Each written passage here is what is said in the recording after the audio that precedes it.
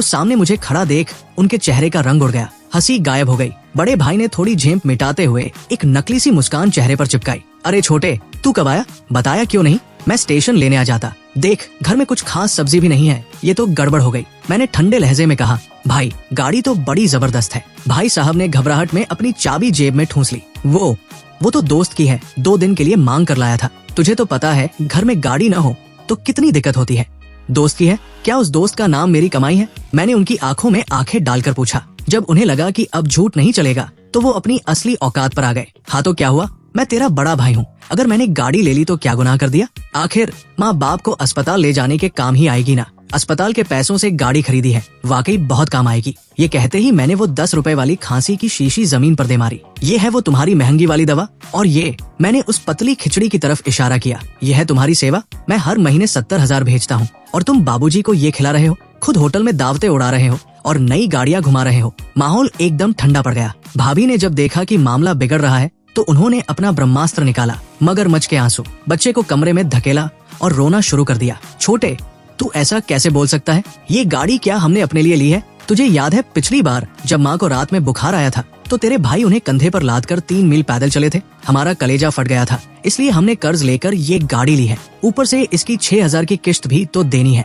तुझे क्या पता हम कितनी मुश्किल में हैं? मुश्किल में या मेरे भेजे हुए पैसों से ऐश करने में? तभी बाबूजी दहाड़े, बस कर। घर आते ही कलेश शुरू कर दिया। तू छोटा भाई है, तमीज भूल गया? तेरा भाई यहाँ मेरी सेवा करता है, उसका हक बनता है इन पैसों पर। तूने साल में कितनी बार शक्ल दिखाई है? पैसे फेंक कर समझता है कि तूने बहुत बड़ा एहसान कर दिया। निकल जा यहाँ से, तेरे जैसा बेटा हमें नहीं चाहिए। मेरा दिल जैसे टुकड़े टुकड़े हो गया। जिस परिवार के लिए मैं शहर में गधा मजदूरी कर रहा था, उनके लिए मेरी मेहनत कुछ भी नहीं थी और भाई की मक्कारी हक। मैंने गहरी सांस ली, अंदर कुछ टूट गया था, पर अब मैं कमजोर नहीं पड़ने वाला था। ठीक है बाबूजी, अगर आपको लगता है कि भाई की सेवा ही सब कुछ है और मेरे पैसे बेकार हैं, तो आज से ये पैसे बंद। मैंने उनके सामने अपना फोन निकाला और बैंक की ऐप खोलकर वो ऑटो ट्रांसफर वाली सेटिंग वही खत्म कर दी। माँ बाजार से लौट रही थी। मैं चुपचाप अपने कमरे में चला गया। बाहर से बाबूजी की जानबूझकर तेज आवाज में बोलने की आवाज आ रही थी। नमक हराम कहीं का, पर निकल आए हैं इसके। देख, इसने मुझे कितना परेशान किया है। अगली सुबह मैं जल्दी उठ गया। मैंने न सब्जी ली न दवा। मैं सीधे शहर के बड़े हेल्पर सेंटर गया। अगर इन्हें लगता है कि मैं कुछ नहीं करता तो ठीक है, अब मैं पैसे खर्च करके एक प्रोफेशनल बंदा रखूंगा। मैंने मैरी आंटी को काम पर रखा। 50 साल की तगड़ी काठी की पंजाबी औरत, बात करने का अंदाजा ऐसा कि अच्छे अच्छों की बोलती बंद हो जाए। मैंने उन्हें 8,000 महीने पर रखा और साफ कह दिया कि पैसे सीधे एजेंसी को जाएंगे, घर में किसी को 1 रुपया नहीं मिलेगा। जब मैं मैरी आंटी को लेकर घर पहुंचा तो भाई भाभी मजे से मेज पर बैठे मांस मछली उड़ा रहे थे और बाबूजी वो मेज के दूसरे कोने पर वही फीकी सी सवई खा रहे थे। मुझे देखते ही भाई रुका। मैंने चुपचाप कॉन्ट्रैक्ट के कागज मेज पर पटके। बाबूजी ने जब 8,000 की बात सुनी तो उनका दिल बैठ गया। अरे, ये पैसे अपने भाई को दे देता, घर में काम आ जाते। मैरी आंटी बड़ी धाकड़ निकली। उन्होंने बिना कुछ कहे सीधे वो मांस और मछली वाली प्लेट उठाई और बाबूजी के सामने रख दी। भाभी उसे छीनने झपटी तो आंटी ने स्टील का बड़ा चम्मच मेज पर दे मारा और अपनी आंखें दिखाई। भाभी की तो बत्ती गुल गई। भाई का उतरा हुआ चेहरा देखकर मुझे पहली बार थोड़ा सुकून मिला।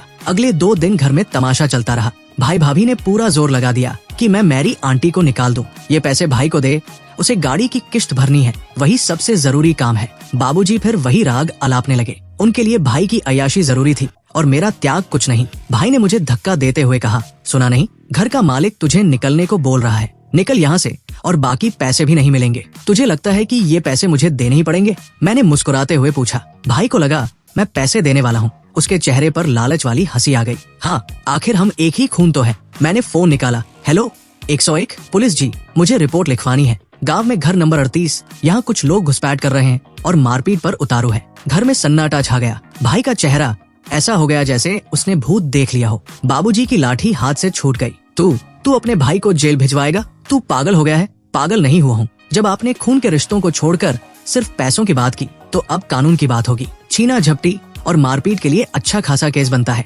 मैरी आंटी, पुलिस आई तो बयान दे देना। भाई गिड़गिड़ाने लगा। छोटे, रहने दे यार, मुझे नहीं चाहिए पैसे। देर हो गई भाई, मौका तुझे पहले दिया था। बाबूजी रोने लगे।